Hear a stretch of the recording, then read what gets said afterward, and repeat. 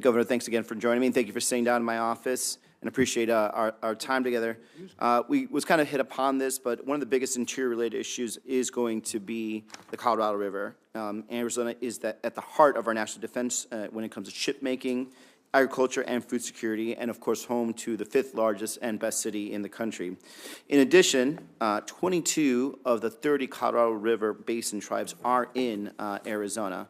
So rules governing the reductions to the Colorado River water expire at the end of 2026.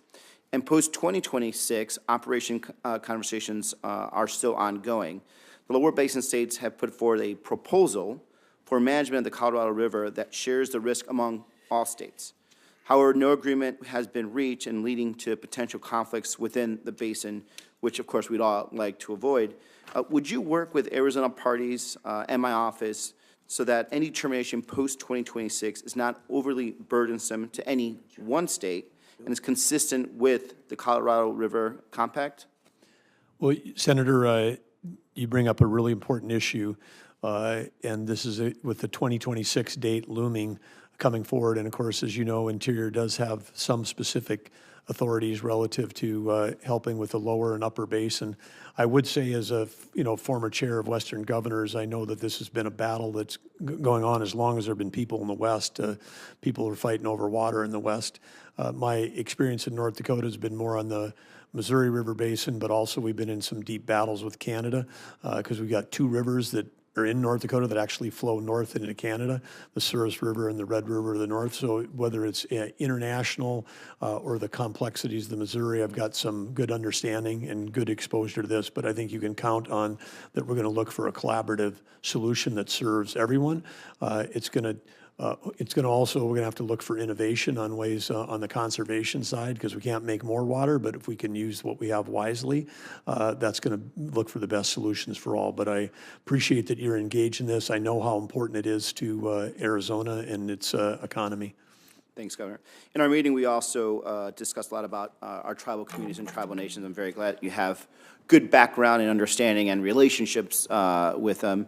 And we talked a lot about tribal law enforcement and some of the bills that I've put forward to increase tribal law enforcement.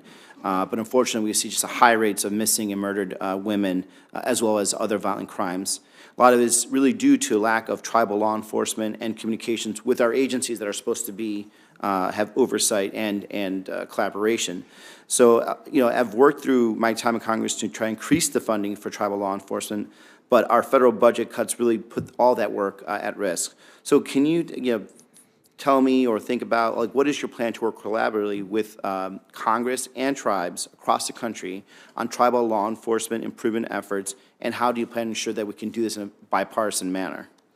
Well, I think there's nothing partisan about enforcing the law and protecting the citizens of the United States. And one of the great tragedies in our country is the lack of law enforcement on tribal lands, and the fact that we've got organized crime that is, preying on those the gaps. They're aware that the gaps are there, and whether it's the training centers. Senator Hoeven has been particularly supportive, along with Senator Kramer. We don't have enough training centers across the nation for the northern tribes or the southern tribes, so we need more recruiting, we need more staffing, we need lots of other things that are going on. But we also, you mentioned the first time it's come up, but the missing and murdered Indigenous women. This is, again, an unseen tragedy in America. I think the FBI list is now over 6,000 unsolved cases, and I believe again that it is a complete tragedy. It seems if we lose a college student at spring break, it's a Netflix series and the whole nation knows her name personally.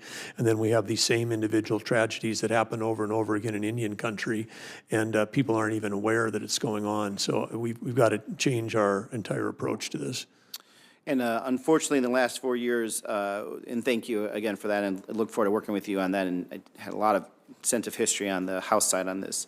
In the last 4 years, we've learned from reclamation that Glen Canyon Dam has some design flaws that limits its ability to pass water at lower elevations, which means we have to fix that dam and pretty soon, because we need the ability to essentially pass water around the dam if we actually obviously can't go through it, especially if the hydrology in the region gets worse. How would you make fixing the dam that delivers water to the Grand Canyon and the 30 million people downstream from that lower basin, and of course, Mexico as part of our treaty obligations, a priority.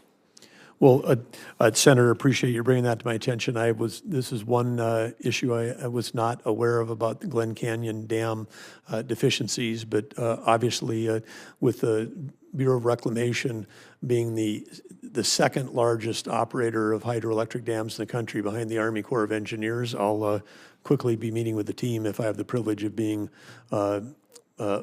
confirmed for this position about this issue, because we've got to have working facilities on these critical rivers. Well, And as we know, we've got to have more reservoir capability, because part of the issue we're facing is that perhaps we not only need to fix, we got to upgrade some of these so that we can have more storage. Yep, I'd love to work with that person. Thank you. Thank you, Governor.